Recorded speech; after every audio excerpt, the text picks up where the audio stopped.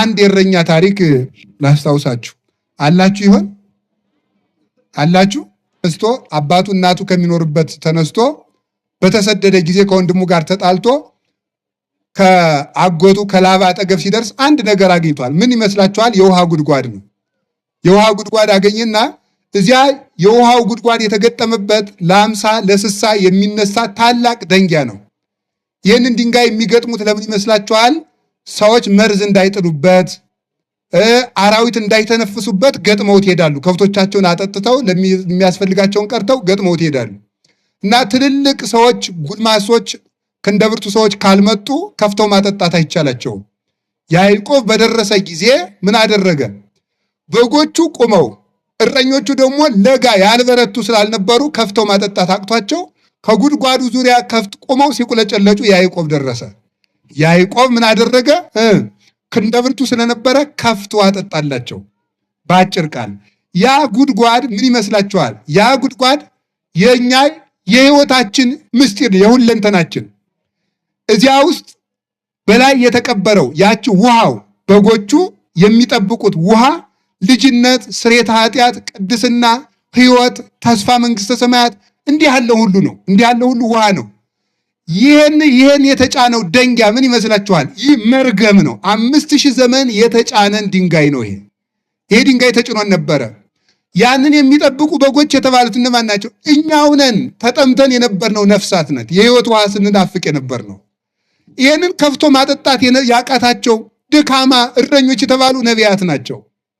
እነሱ ማጠጣት አቃታቸው። ግን ህዝቡን ግን ለጊዜው በረድኤተ ሥጋ ይጠብቃሉ፣ ያስተምራሉ፣ ይመራሉ። የህይወት ውሃ ግን መስጠት አልተቻላቸውም። ያዕቆብ ሲመጣ ከፍቶ አጠጣ። እውነተኛው ኖላዊ ኢየሱስ ክርስቶስ ሲመጣ ግን ከሰተ ዋስተየ መሬቶ ይላል ቅዱስ ያሬድ። ራሱ ከፍቶ ምን አደረገ? አጠጣ። 5000 ዘመን የተዘጋውን ምንጭ ከፍቶ ያጠጣን መድኃኔ ዓለም እውነተኛው እረኛ። ከዚያ በኋላ ለእነዚህ እረኞች መጥቶ ኃይል ሰጣቸው ማለት ነው። ዱያነ ፈውሱ እለለምጽ አንጽሁ ሙታነ አንጽሁ አጋንንተ አውጽሁ አላቸው። አልቦ ዘይሳነክሙ የሚሳናችሁ ምንም የለም። እረኞች ድካም ነበራቸው። ማይሰራ ኃጢአትን ፍቱ፣ ሞትን እሰሩት፣ አጋንንትን አውጧቸው፣ የሞት ማሰሪያን ፍቱ፣ እየሄዳችሁ አህዮችን ፈታችሁ አምጡ አለ። ቀድሞ መፍታት አይቻልም ነበር። አሁን የመፍታትን የማሰርን ስልጣን ሰጣቸው። የሞትን ጥርስ አወለቀና በሕይወት መንገድ እንድንመላለስ ለእረኞቻችን ለሐዋርያት ኃይል ሰጠ። ይህንን ኃይል የሰጠ መድኃኔ ዓለም ስሙ የተመሰገነ ይሁን። አሁን አያችሁ፣ ይገርማችኋል።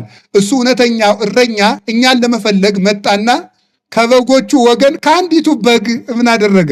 ተወለደ። አያችሁ፣ እረኛ ከበግ ተወለደ። ይህ ድንቅ ነው። እረኛውን በጊቱ ታቀፈችው። ጥቀ እጹፍ ሁቃፊ አንበሳ በአብራከ በጊት ጻዳ ይላል አባ ጊዮርጊስ። ኧረ ጎበዝ፣ ግሩም ነው፣ ግሩም ነው። አንበሳውን በግ ታቀፈችው ይላል። እንዴትስ አልሰበራትም ብሎ ያደንቃል። በእውነቱ ማለት ታቀፈችው። አያችሁ፣ እረኛው እኛን የበግነት ስልጣናችንን ለመመለስ ተኩላ ወስዶን የነበርነውን እኛን ወደ በግ መንጋ ለመመለስ እሱ ለእኛ በግ ሆኖ መጣ። እውነተኛውን የዓለምን ኃጢአት የሚያስወግደው በግ እርሱ ነው ተባለ።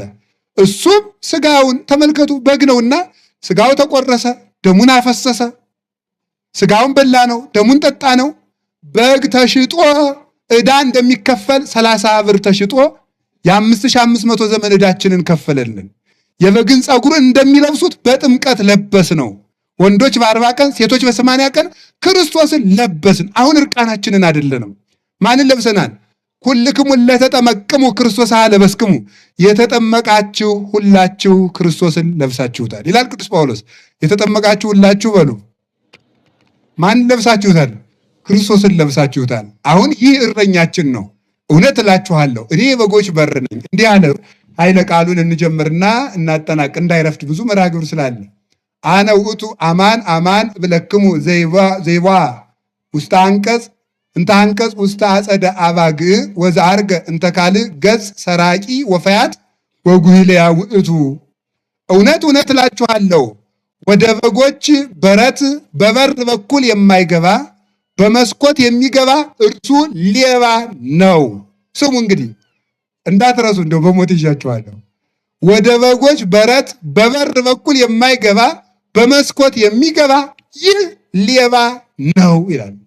ወኖላዊሰ ውስተ አንቀጽ ይበጉ፣ እረኛ ግን በበር በኩል ይገባል። ወአፃዊኒ ያርህወ ሎቱ፣ የበጎች በረኛው ጠባቂ የበረቱ ጠባቂም ከፍቶ ግባ ይለዋል፣ ይገባል። በጎቹንስ ምን ያደርጋቸዋል? ያውቃቸዋል። ወይፄውዖን በበአስማቲሆን፣ በጎቹንም በየስማቸው ይጠራቸዋል። በጎቹም ያውቁታል ማለት ነው። ወያወፅኦን ወያወፍሮን፣ አውጥቶም ያሰማራቸዋል። በጎቹን አውጥቶ ያሰማራል። ከዚያስ ምን ይላል ተመልከቱ።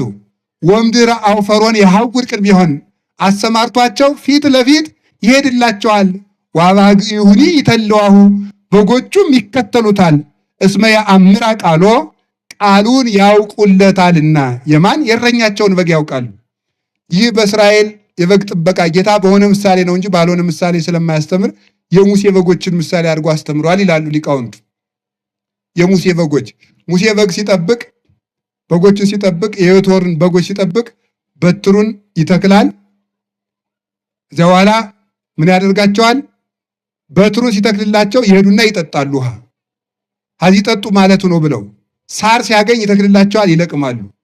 በትሩን ሲያነሳት ደግሞ እንሂድ ማለቱ ነው ብለው ይከተሉታል። እረኞች ፊት ፊት ይሄዳሉ፣ በጎች ይከተላሉ። ይሄ የእስራኤል በግ አጠባበቅ ነው። በእኛ ሀገር ደግሞ እረኛ ከኋላ በግ ወደፊት ማለት ነው።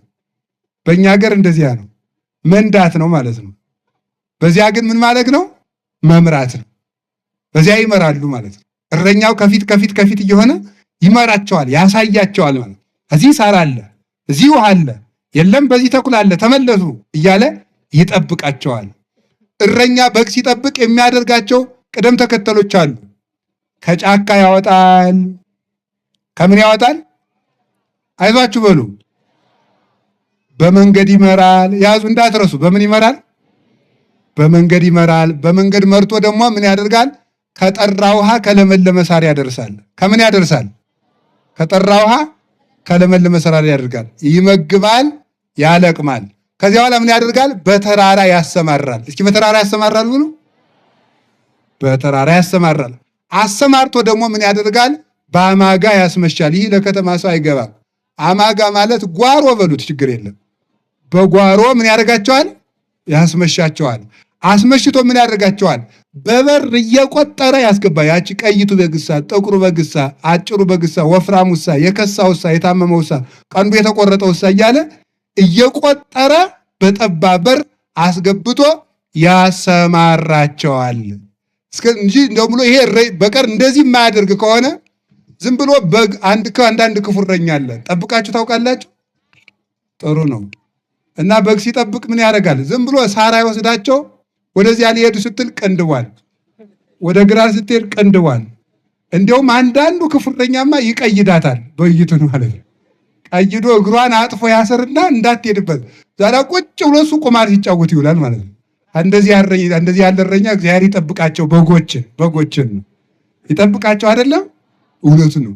ቀይዶ ወይ አበላ ወይ አጠጣ። ተኩላ ሲመጣ ደግሞ አለ ጌታ ምን አለ? ተመልከቱ፣ ወሶበ ይሬይ ተኩላ እንዘ ይመጽእ ይላል። ተመልከቱ፣ ተኩላ ሲመጣ ደግሞ ባየ ጊዜ ምን ያደርጋል? ተመልከቱ፣ ያድጎን ተመልከቱ። በጎችን ወይ ጎይ በጎችን ትሏቸው ምን ያደርግ? ትቷቸው ይሸሻል ይላል። ተመልከቱ፣ እስመ ይኮና አባግዕ ዘዚአሁ በጎቹ ስላልሆኑ ተቀጣሪ ስለሆነ ጥሏቸው፣ ይሄ ሞኝ እረኛ ጥሏቸው ይሸሻል ይላል። ወይ መጽእ ተኩላ ወይ መስጦን ወይ ዘረወን ተኩላ መጥቶ በጎችንም ይበታተናቸዋል ማለት ነው። እሱ ግን ስለ በጎቹ አያዝንም። ለምን? ምንደኛ ነውና ይላል። መልካም እረኛ ግን ስለ አንድ በግ ከተኩላ ጋር የሚታገል እንደ ቅዱስ ዳዊት ማለት ነው። ከተኩላ ጋር ታግሎ ተኩላውን በጡጫ ብሎ የሚጠብቅ የለመለመ ሳር የጠራ ውሃ ምን የሚያደርግ የሚመግብ፣ እንደገና ደግሞ የተሰበረውን የሚጠግን ደግሞ ምን ያደርጋል? እንደው ጉንፋን የያዘው በግ ደግሞ ካለ ለሌሎች እንዳይተርፍ በሌላ ጋጥም ይዘጋ። እንደዚህ ያለ እረኛ ያስፈልጋል። ደግሞ በጉ ካበጠበት የሚያፈርጥ ከጎረበበት የሚልጥ ተኩሶ የሚፈውስ እንዲህ የሚያደርግ እረኛ ይባላል። ይህ እረኛ ራሱ መድኃኔ ዓለም ኢየሱስ ክርስቶስ ነው። ምን አደረገ? እሱ ከጫካ እንደማውጣት ከድንቁርና ከክደት ከሲኦል አወጣን። ከጫካ እንደማውጣት ማለት ነው። በመንገድ እንደመምራት ሃይማኖትን አስጨበጠን። ኑ ትልኡኒ፣ ኑ እኔን ተከተሉ፣ አነ ውእቱ ፍኖተ ጽድቅ ወሕይወት፣ እኔ የሕይወት መንገድ ነኝ ብሎ በሕይወት መንገድ መራን። አንሶስው እንዘ ብርሃን ብክሙ፣ ብርሃን ሳለላችሁ ተመላለሱ ብሎ በዚያ መንገድ እሱ መራን። ከዚያ በኋላ ሰምና ከጠራ ውሃ ከለመለመ ሳር እንደማድረስ ምን አደረገ? ከጠራ ውሃ የለመለመ ሳር አድርሶ እንደመመገብ ስጋውን አበላን፣ ደሙን አጠጣን። በለመለመ ሳር እንደማሰማራት በቤተ ክርስቲያን አኖረን። ውስተ ብሔር ስዑር እየ ያሐድረኒ አለ ቅዱስ ዳዊት። በለመለመ መስክ ያሰማራኛል። የለመለመ መስክ ማለት ማን ነው? ቤተ ክርስቲያን ናት። የለመለመ መስክ ሁሉም ይገኝባት። የነቢያት የትንቢት አዝመራ፣ የሐዋርያት የስብከት አዝመራ፣ የመላእክት የምስጋናቸው አዝመራ፣ የዚህ ሁሉ የመነኮሳት መዓዛ፣ የሰማዕታት የደማቸው አክሊል፣ የሊቃውንት ትርጓሜ፣ የዚህ ሁሉ የባይታውያን ቅድስና ያለበት እናታችን ቅድስት ድንግል ማርያም በረድኤት በምልጃ ያለችበት ንጉሠ ነገሥት ሊቀ ካህናት ኢየሱስ ክርስቶስ በጌትነቱ ስልጣን ያለባት ይቺ ቤተ ክርስቲያን የለመለመች ምንድናት? መስክ ትባላለች ማለት ነው። የለመለመች መስክ።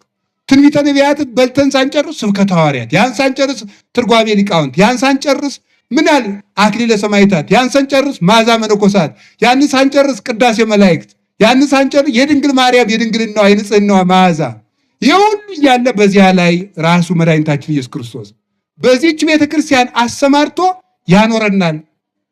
ከቃሉ ጋር ናችሁ? ከቃሉ ጋር ናችሁ? በተራራ እንደማሰማራት ደግሞ አንቀጸ ብፁዓን ያስተምራል። በመንፈስ ድሆች የሆኑ ብፁዓን ናቸው፣ የዋሃን ብፁዓን ናቸው፣ የሚራሩ ንዑዳን ክቡራን ናቸው፣ ስለ ጽድቅ የሚራቡ ብፁዓን ናቸው፣ ስለ ጽድቅ የሚሰደዱ ብፁዓን ናቸው፣ ንጹሐነ ልብ ብፁዓን ናቸው፣ የሚያስታርቁ ብፁዓን ናቸው ብሎ ደግሞ ወደ ተራራ አሰማራል። ኋላ ደግሞ ምን አደረገም? በአማጋስ መሸን በየጸጋችን ስራ እንድንሰራ አድርጓል። በየጸጋችን እንድንሰማራ፣ በየመክሊታችን እንድናፈራ፣ በጠባብ በር እየቆጠረ መንግስተ ሰማያት ወደ በር እንደማስገባት መንግስተ ሰማያት በአሁን ተጸባብ አንቀጽ ብሎ መከራ ተቀብላችሁ መንግስተ ሰማያት ተመልከቱ ግቡ ብሎ ወደ መንግስተ ሰማያት አስገብቶ ያኖረናል። መልካም እረኛ ራሱን ለበጎቹ አሳልፎ ይሰጣል። መድኃኒታችን ኢየሱስ ክርስቶስ በጎ እረኛ ቸር እረኛ ነውና ራሱን ለበጎቹ አሳልፎ ሰጠ።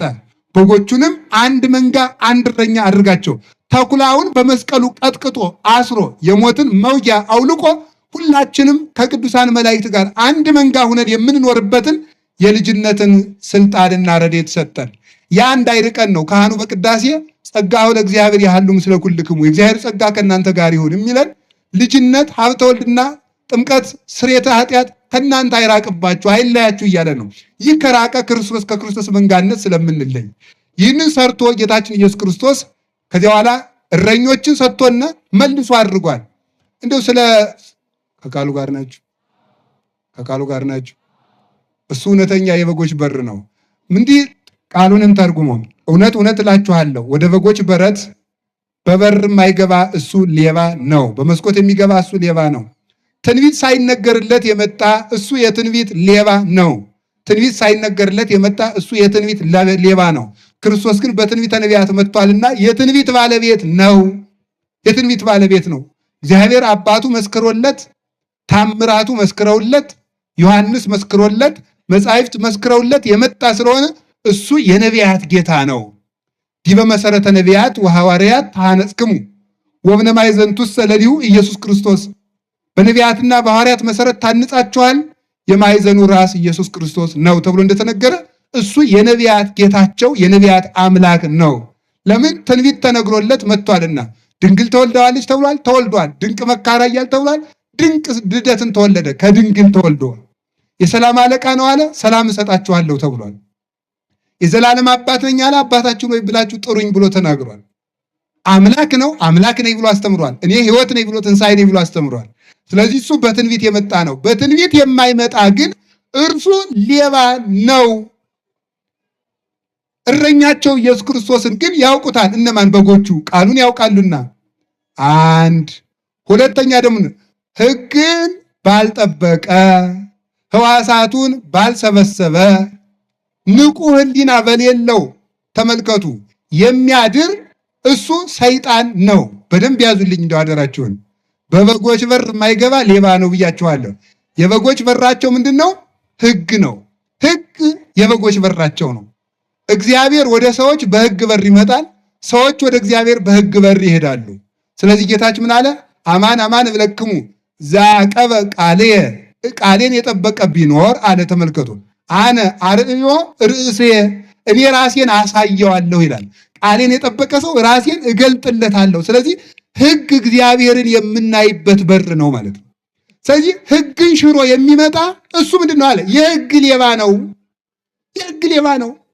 ሕግን ተመልከቱ፣ ሕግን በሚጠብቅ ሕዋሳቱን በሚሰበስብ አንደበቱን በገታ እጁን እግሩን በተቆጣጠረ በትጋት በማይኖር ቅድስና በሌለው ሰውነት የሚያድር እሱ ሰይጣን ነው። ለምን ይመቻል መስላችሁ? ይሄን የምነግራችሁ ሕግን ሳይጠብቅ ተመልከቱ፣ እጅ እግሩን ሳይሰበስብ ሆዱን ሳይቆጣጠር ነቢይ ነኝ ሲል ሌባ ነበሉት ማለት እኮ ነው። ሌባ ነበሉት አይደለም። አይ መንፈስ ቅዱስ አድሮብኛል፣ የለም የለም የለም። በዚያ የሚያድር ሰይጣን ነው። በመስኮት የሚገባ ሌባ ነው። መስኮት የተባለ ሕግን ሳይጠይቅ ሳይጠብቅ፣ ሕግን ሳይጠብቅ ክርስትና ሳይኖረው፣ ስነ ምግባር ሳይኖረው፣ ሕይወት ሳይኖረው ነቢይነትን መምህርነትን የሚሻ እሱ ሌባ ነው። አትቀበሉት። መንፈስ ቅዱስ አደረብኝ እንኳን ቢል በመስኮት የሚገባው ሌባ ነው አለ። በእንደዚህ ያለ ሰው የሚያድር ሌባው ሰይጣን ነው። ሰይጣን ያደረበት መንፈስ ቅዱስ እንዳይመስላችሁ እንዳትሰሙት ብሎ ለዚህ ሲነግረን ነው። እውነት እላችኋለሁ የሕግ በር እንደውም ሊቃውንቱ ሲተረጉም ይላሉ ሕግ የተባለ የእግዚአብሔር በር ነው ይሉና የሕግ በር በሕግ የሚገባ የተባለ እየሰራ የሚያስተምር መምህር ነው ተብሏል። እንግዲህ እኛንም እግዚአብሔር ያውጣል። አሜን አትሉ? ራሳችሁን ብቻ ነው ያውጣል የምትሉ? ስለዚህ እየሰራ የሚያስተምር የሕግ ባለቤት ነው። ዋጻዊኒ ያርህዎ፣ እየሰራ ለሚያስተምር መምህር መንፈስ ቅዱስ ምስጢር ይገልጥለታል። አጻዊ የተባለ መንፈስ ቅዱስ ነው ይላሉ። መንፈስ ቅዱስ ነው። እየሰራ ካላስተማረ ሕግ ሳያስጠብቅ መምህር ልሁን ቢል በጎቹም አይሰሙትም። ምዕመናን ጆሯቸውን አይሰጡም። ምዕመናንም ጆሯቸውን አይሰጡም። መንፈስ ቅዱስ ምስጢር አይገልጥለት። ውሸቱን ነው፣ ውሸቱን ነው። እንዳሰሙ እንደዚህ ያለውን ስርዓት የሚያስጥስ ቤተክርስቲያንን የሚያቃልል ሕገ እግዚአብሔርን እየጣሰ ነቢይ ነኝ በቅቻለሁ ተቀድሻለሁ ክርስቶስ ተገልጦልኛል ቢላችሁ እንዳሰቡት ሌባ ነው የገባበት። ሌባ ደግሞ ማን ነው? ሰይጣን ነው የገባበት። እንዲህ ያለውን ሰው አትስሙት ነው ያለ ጌታ የነገረን ማለት ነው። አሁን በዚህ ዘመን ሰው ምን ይላል? በየራሱ አባት መምህር መነኩሴ ባይታዊ ያከማችና ተው የስተት ነው ሲባል አታደናግሩና ማንን እንመን እናንተ ይላል ደግሞ ማለት ነው። እንዲሁ እኮ አይደረስ ነው ማለት ነው። መዝኑ። ክርስቲያን ማለት የሚረባውን ከማይረባው ለይቶ የሚያውቅ ማለት ነው። ሌላ አይደለም። መመዘኛውን ይኸው ክርስቶስ ሰጠን። ሰውነቱን ያልጠበቀ ሰው መጥቶ በቅቻለሁ ካለ እንዳትቀበሉት። ሕግን እየተቃወመ እንዲህ ብያለሁ ካለ እንዳትቀበሉት። ይሄ ሊባ ነው። እኔ በእንደዚህ ያለ ሰው አላድርም ብሏል። በእንደዚህ ያለ ሰው አላድርበትም። በእንደዚህ ያለ ሰው የሚያድር ሰይጣን ነው ብሎ ነግሮናል። ብሉያትን ይዘው ሐዲሳትን የሚነቅፉ፣ ሐዲሳትን ይዘው ብሉያትን የሚነቅፉ፣ ምግባር ኑሯቸው ሃይማኖት የሌላቸው፣ ሃይማኖት ኑሯቸው ምግባር የሌላቸው በመስኮት የሚገቡ እነዚህ ሌቦች ናቸው። አላችሁ የላችሁም? እግዚአብሔር ከሁላችን ጋር ይሁን። ሌላ ደግሞ ምን ይላል መሰላችሁ? ከቃሉ ጋር ናችሁ። በበር የሚገባ ምንድን ነው? ተው እንጂ መምህር ባሉ። በበር የሚገባ ምንድን ነው? በመስኮት የሚገባ ምንድን ነው? ያዙ በሉ ሲድገሙት። በመስኮት የሚገባ ምንድን ነው? በበር የሚገባ ምንድን ነው? በመስኮት የሚገባ ምንድን ነው? እየሰደባችሁ ነው መሰል በዚያው። በመስኮት የሚገባ ሌባ ከሆነ መስኮት ምንድን ነው? ሕግ አለመጠበቅ። እስኪ ሕግ አለመጠበቅ በሉ። ምክንያቱም ጌታ ዮሐንስ 14 ላይ ሕጌን ለሚጠብቅ ራሴን አሳየዋለሁ ስላለ ማለት ሕግ በር ነው። ሕግን ትቶ ከመጣ ሕግ ጥሶ ትንቢተ ነቢያትን፣ ስብከተ ሐዋርያትን፣ ስርዓተ ሊቃውንትን፣ ስርዓተ ቤተክርስቲያንን ጥሶ ከመጣ ይህ ሰው አባታችን መምህራችን ልንለው አንችልም። መለኪያው ይሄ ነው። ከቤታችሁ ቁጭ ብላችሁ መለካት የምትችሉበት። ሰው ባጋጠማችሁ ቁጥር አትደናገሩ። ይህንን ነው ጌታ የነገረን። ከቃሉ ጋር ናችሁ። እግዚአብሔር ከሁላችን ጋር ይሁን። በበር የሚገባ እሱ መምህር ነው። ምዕመናንም በጎቹ ድምፁን ይሰሙታል አለ። መምህራችን ይሉታል፣ ያውቁታል፣ በር ይከፍትለታል፣ መንፈስ ቅዱስም ይከፍትለታል። እኔ ራሴ የምስጢር በር እከፍትለታለሁ፣ ገጸ ረድኤቴን እከፍትለታለሁ፣ ወደ እኔ ይገባል። በእኔም ይሰማራል በጎችንም ያሰማራል ብሎ ይናገራል። አነ ውእቱ አንቀጸ አባግዕ ዘበአማን፣ እኔ እውነተኛ የበጎች በር ነኝ አለ። እኔ እውነተኛ የበጎች በር ነኝ።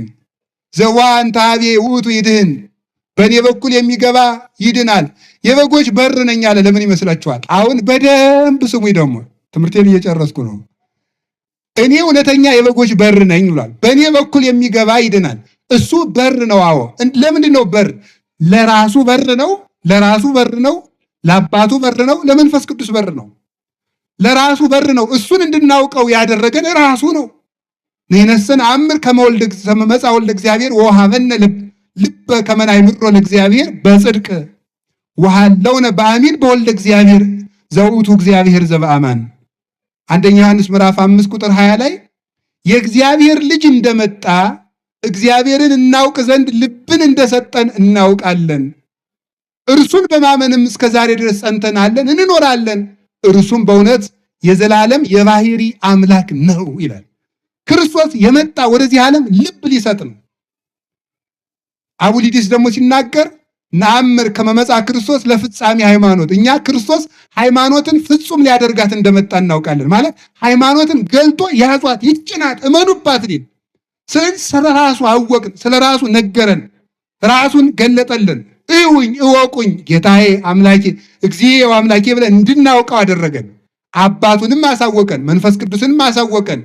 ፍኖት ለኀበ አቡሁ አንቀጽ ዘመንገለ ወላዲሁ፣ ወደ አባቱ የምንገባበት በር ተመልከቱ። ለአባቱ ወደ አባቱ የምንሄድበት በር ምልጃ አይደለም። ይሄ ስለ አባቱ ጌትነት የነገረን፣ ስለ አባቱ ሕልውና ያስተማረን፣ ስለ መንፈስ ቅዱስ ያስተማረን፣ በዕለተ ዓርብ ባቀረበው መስዋዕት ደግሞ ከራሱ ከአባቱ ከመንፈስ ቅዱስ ጋር ያስታረቀን፣ ራሱ ያስታረቀ ሊቀ ካህናት ከአባቱ ጋር ሁሉ ሆኖ ደግሞ የሚከራከርልን የሚቃወምልን ንጉሳችን መምህራችን እርሱ ነው።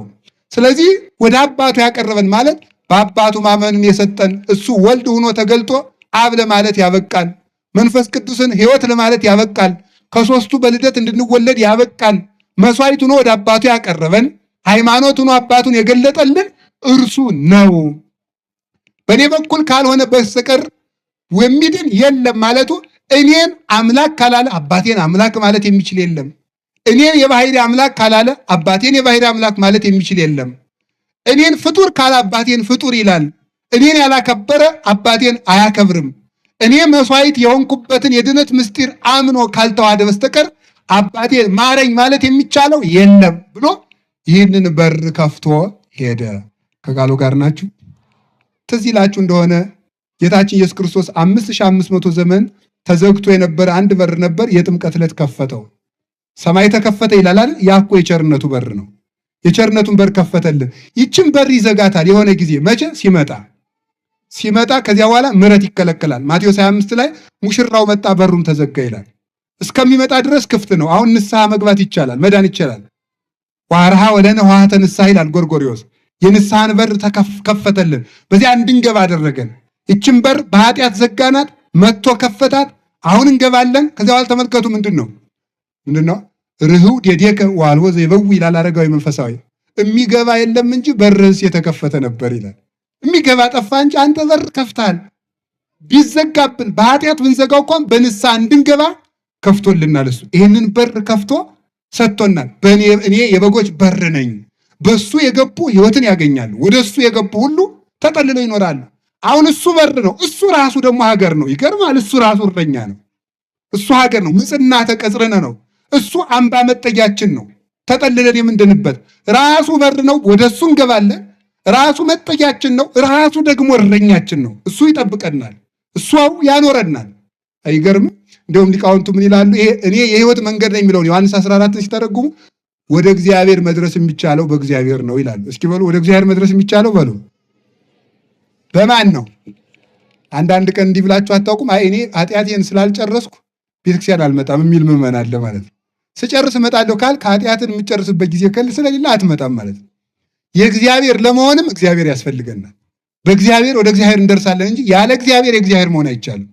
ከቤቱ ሁነን ነው ወደ እሱ መቅረብ የምንችለው እንጂ ጠፍተን ቆይተን ነጽተን መምጣት አንችልም።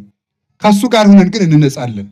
ይህንን ነው እኔ የበጎች በር ነኝ፣ በእኔ በኩል የሚገባ ይድናል ካለ በኋላ ይበጉ ወይወፅእ መጨረሻ ቃል ይህ ነው። ይበው ወይ ወፅ ወይ ረክብ ምርአዬ።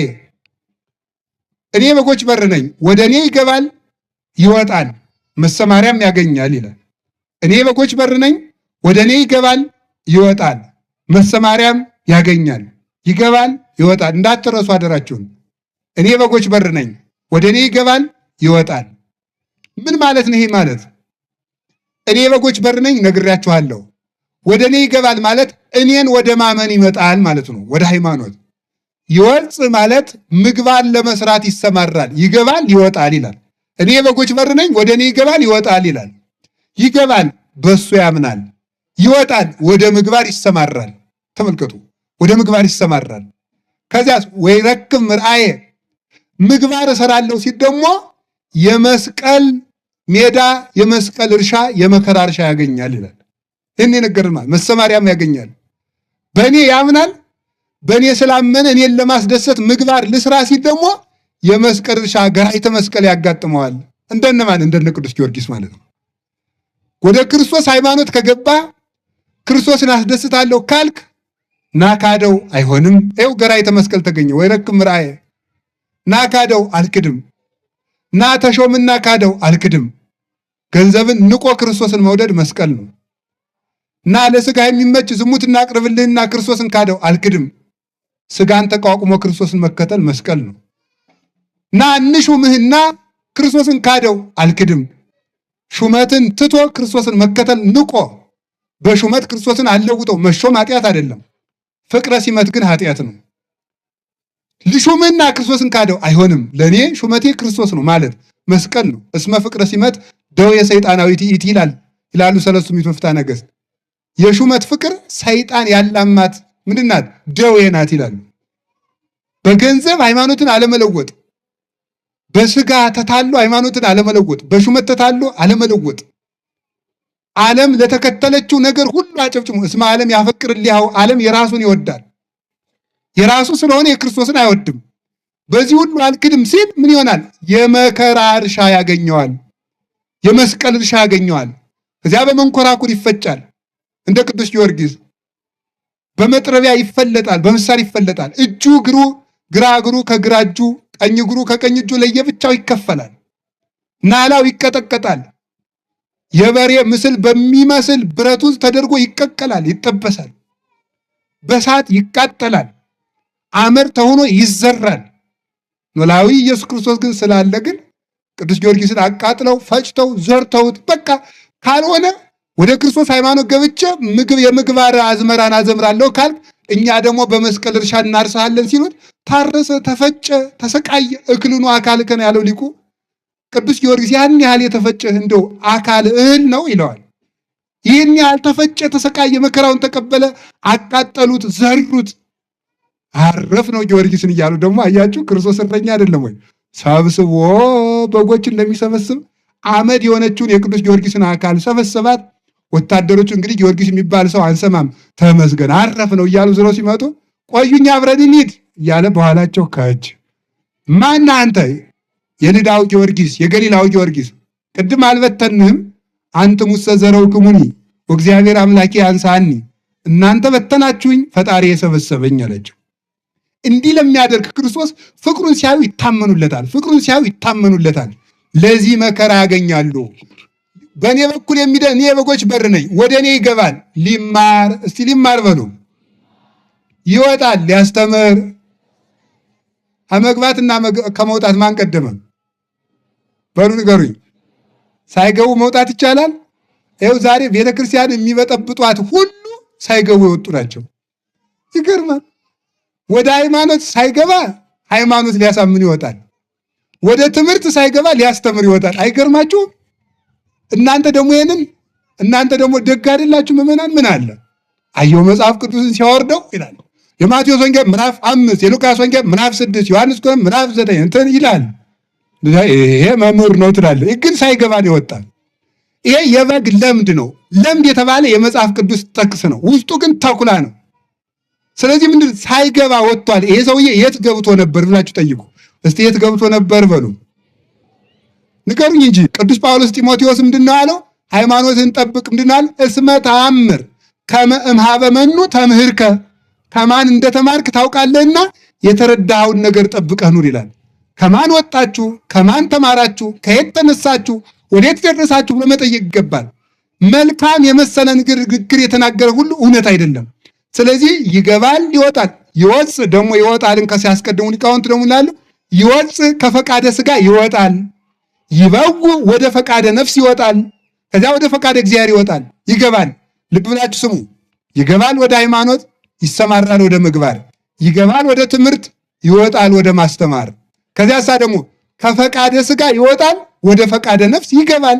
እንዲህ ያለ ሰው ምን ያደርጋል? ወይ ረክብ ምራዬ ክብረ ነፍስ ክብረ ሥጋ ያገኛል። ገብቶ የወጣ ወደ ሃይማኖት ገብቶ ወደ ምግባር ወጥቶ ወደ ትምህርት ገብቶ ወደ ማስተማር ወጥቶ ወደ ሃይማኖት ገብቶ በመከራ ተሰማርቶ ክርስቶስን ተከትሎ የኖረ ሰው ሥጋውም ይከብራል፣ ምኑም ይከብራል፣ ነፍሱም ትከብራለች። ነፍሱ በመንግስተ ሰማያት በገነት ትከብራለች። ሥጋው እስከዚያ በመቃብር ታምራትን እያደረገ ይከብራል። ለዚህ ነው የአባቶቻችን የቅዱሳን መቃብርን ምን ነው የምናከብረው? አፈራቸው ሁሉ በክርስቶስ ደም የከበረ አጽም ስላለበት ነው የምናከብረው። ዛሬ ድረስ የቅዱስ ጊዮርጊስ አጽም ድውይ እየፈወሰ ያል እንዲሁም ፈረንጆች ሁሉ እየፈወሰ ልዳ ከኢየሩሳሌም ወደ ሶሪያ ድንበር አካባቢ ነው ያለ ልዳ። እዚያ ዛሬም ቢሆን ፈረንጁ ሁሉ አይን እየተፈወሰ ይፈወሳል፣ እየታሸ ይፈወሳል ዛሬ ድረስ። ለምን ሲባል ይረክብ ምራይ ገብቷል፣ ወጥቷል፣ ተሰማርቷል፣ በመከራ መስቀሉን ተሸክሟልና እንዲህ ያለ ሰው ምን ያደርጋል? በሥጋ በነፍስ ይከብራል። አባቶቻችን ክብር እንድንታደል አምላከ ቅዱሳን ይርዳል። የመጨረሻ የምነግራችሁ መልእክት ምንድነው? እኔ በጎች በር ነኝ፣ በእኔ በኩል የሚገባ ይድናል ያለው ምንድነው? እሱ በር ነው። በእኔ በኩል ይገባል ያለው ምንድነው? እኔ በሄድኩበት መንገድ የመጣ ማለት ነው። ክርስቶስ ትሁት ነው። እስኪ ትሁት በሉ እንጂ እሱ ትሁት ነው፣ የዋህ ነው። ከዚያስ ደግሞ ምን ማለት ነው? የዋህ ነው፣ ፍቅር ነው። ቢያንስ እነዚህ ነገሮች ያሉት ክርስቲያን መሆን አለበት። የመከራ ሰው ነው ጌታ፣ የመከራ ሰው። እነዚህ ያለው ሰው በእኔ በኩል የገባ ማለት እኔ በሄድኩበት የሄደ ነው፣ እኔ የሚደርሰው ነው። አሁን ግን ዝም ብሎ ተመልከቱ። ፍየሊቱ በጊቱ አለች በግራ ጥምዝምዙ ያለ በቀኝ ማለት ነው።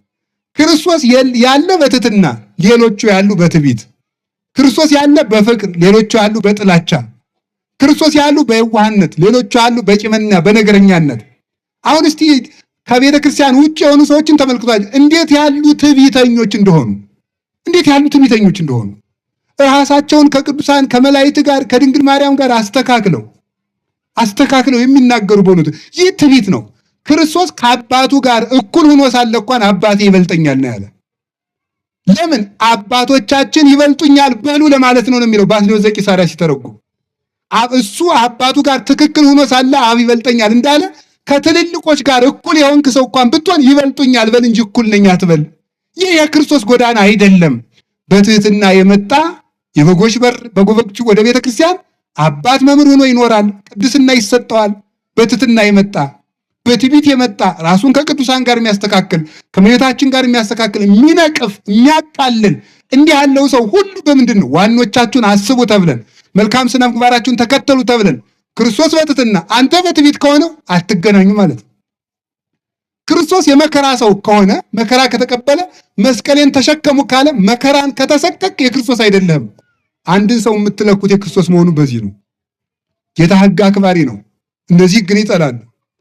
እግዚአ ለኦሪት ቧ ውስተ ኦሪት ከመ ይሳየጦሙ ለእለ ውስተ ኦሪት።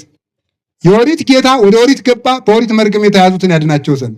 ክርስቶስ ሕግን ሰርቷል፣ ሕግ ፈጽሟል። ሕግን የሚያቃልል የበጎች በረት ውስጥ ቤተክርስቲያን ውስጥ የለም፣ ርስት የለውም። ትሕትና የሌለውና ቅዱሳንን የሚነቅፍ የክርስቶስ መንገድ አይደለም።